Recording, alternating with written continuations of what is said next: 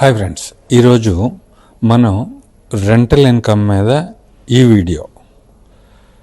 నేను Chandrasekhar Reddy, founder Fortune Realtors Gachibowli.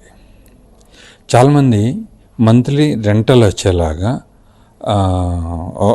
ఒక రకమైన రిటైర్మెంట్ లైఫ్కి పనికొచ్చే విధంగా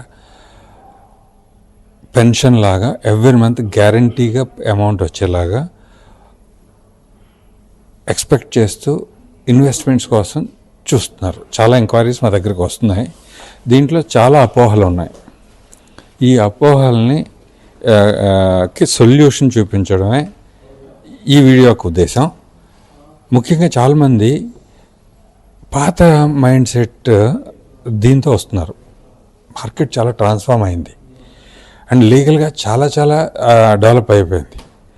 ఇది చాలామంది ఏంటంటే నాకు పీజీ హాస్టల్స్గా టైప్ ఆఫ్ ఏదైనా ఇప్పిస్తారా ఒక 5 కోట్లలో, లేదా ఏదైనా షాపింగ్ మాల్స్లో మన షాప్స్కి పనికొచ్చే ఎవరైనా రీసేల్కి వస్తుంటే అవి ఇప్పిస్తారా అని అడుగుతున్నారు. దీంట్లో ఉండే ఛాలెంజెస్ మీద ఈరోజు మన వీడియో.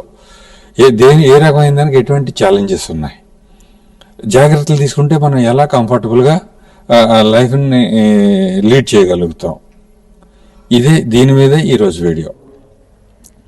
మనం షాపింగ్ మాల్లో షాప్స్ గురించి మాట్లాడుకుందాం ఈరోజు వరకు. షాపింగ్ మాల్స్లో షాప్స్ తీసుకుంటే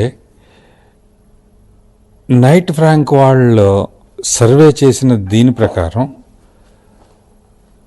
బై 2027 75% ఆఫ్ ద షాప్స్ సరిగ్గా నడవండి. 2027 చాలా దూరం, ఇప్పటికే చాలా షాపులు నడవట్లేదు. రీజన్ ఏంటంటే మన అమెజాన్, ఫ్లిప్కార్ట్ ఇలాంటి వాటికి వచ్చిన ఆ షాపులకు వచ్చిన ముప్పు. వాటిని ఇప్పుడు రికమెండ్ సరిగ్గా చేయట్లేదు. ఎవరైనా అమ్మేస్తున్నారు, కొనేసుకుంటున్నారు వేరు, కానీ బట్ అది రికమెండ్ చేయదగ్గ ఆపర్చునిటీ కాదనేది నా ఉద్దేశం. కారణం, ఈరోజు కొనుక్కుంటాం, రేపు ఖాళీ చేసి వెళ్ళిపోతే ఫిల్లింగ్ ట్రబుల్ వస్తుంది. భవిష్యత్తులో వచ్చి అందరూ షాపుల్లో ట్రయల్ చెక్ చేసుకుంటున్నారు, వెళ్ళి ఆప్షన్స్ ఫ్లిప్కార్ట్లోను, అమెజాన్లోను ఇంకా అలాంటి పోర్టల్స్లో చెక్ చేసుకుంటున్నారు.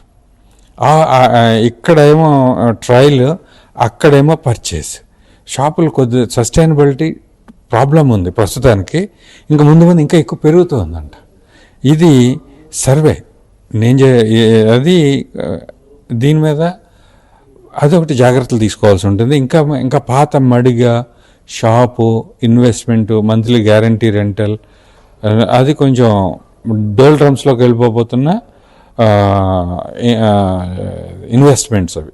మీరు వీటిలో కొంచెం జాగ్రత్త తీసుకోవాల్సి ఉంటుంది.